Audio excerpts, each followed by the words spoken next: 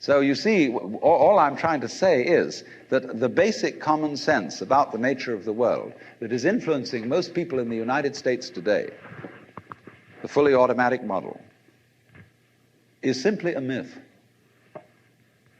If you want to say that the idea of God the Father with his white beard on the golden throne is a myth, in the bad sense of the word myth, so is this other one. It's just as phony and has just as little to support it as being the true state of affairs. Why? And let's get this clear. If there is any such thing at all as intelligence and love and beauty, well, you found it in other people. In other words, it exists in us as human beings. And as I said, if it is there in us, it is symptomatic of the scheme of things. We are as symptomatic of the scheme of things as the apples are symptomatic of the apple tree or the rose of the rose bush.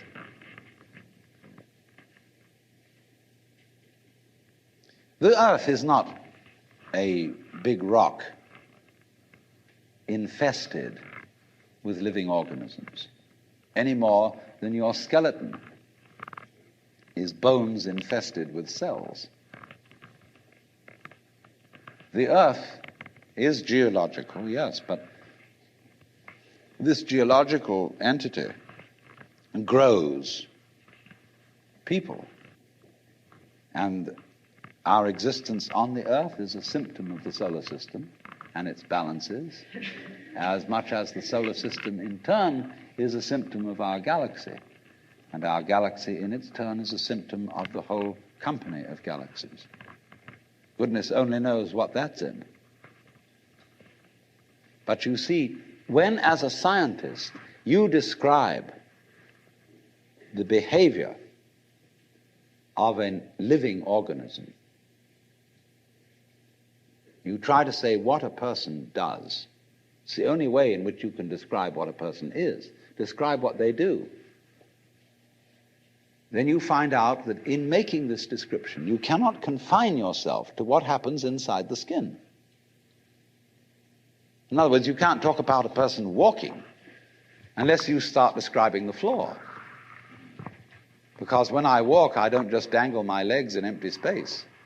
I move in relationship to a room.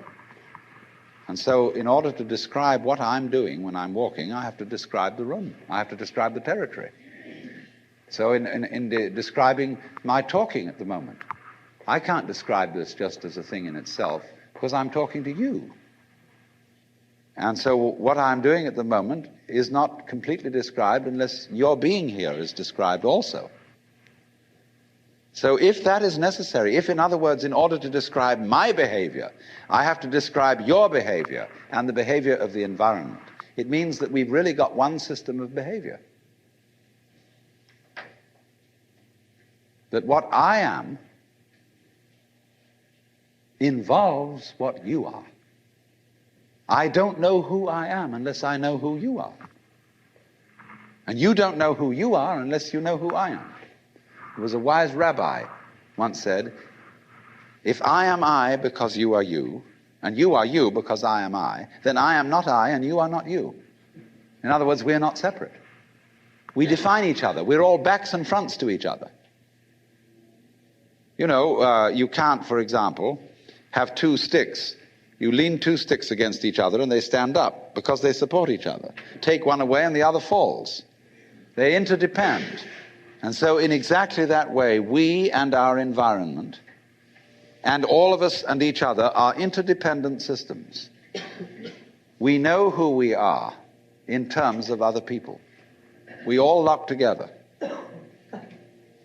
And this is, again and again, the serious scientific description of how things happen. And any good scientist knows, therefore, that what you call the external world is as much you as your own body. Your skin doesn't separate you from the world, it's a bridge through which the external world flows into you, and you flow into it. Just, for example, as a whirlpool in water, you could say, because you have a skin, you have a definite shape, you have a definite form. All right? Here is a flow of water, and it does a whirlpool. And then it goes on. The whirlpool is a definite form, but no water stays put in it. The whirlpool is something the stream is doing. And exactly the same way, the whole universe is doing each one of us. And I see you today, and I recognize you tomorrow, just as I would recognize a whirlpool in a stream. I'd say, oh yes, I've seen that whirlpool before. It's just near so-and-so's house on the edge of the river, and it's always there.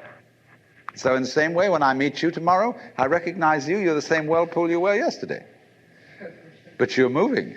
The whole world is moving through you. All the cosmic rays, all the food you're eating, the stream of steaks and milk and eggs and everything is just flowing right through you. When you're wiggling the same way, the world is wiggling, the stream is wiggling you. But the problem is, you see, we haven't been taught to feel that way. The myths underlying our culture and underlying our common sense have not taught us to feel identical with the universe, but only parts of it, only in it, only confronting it, aliens. And we are, I think, quite urgently in need of coming to feel that we are the eternal universe, each one of us. Otherwise, we're going to go out of our heads. We're going to commit suicide, collectively, with courtesy of H-bombs. And, all right, supposing we do, well, that will be that, and there will be life making experiments on other galaxies. Maybe they'll find a better game.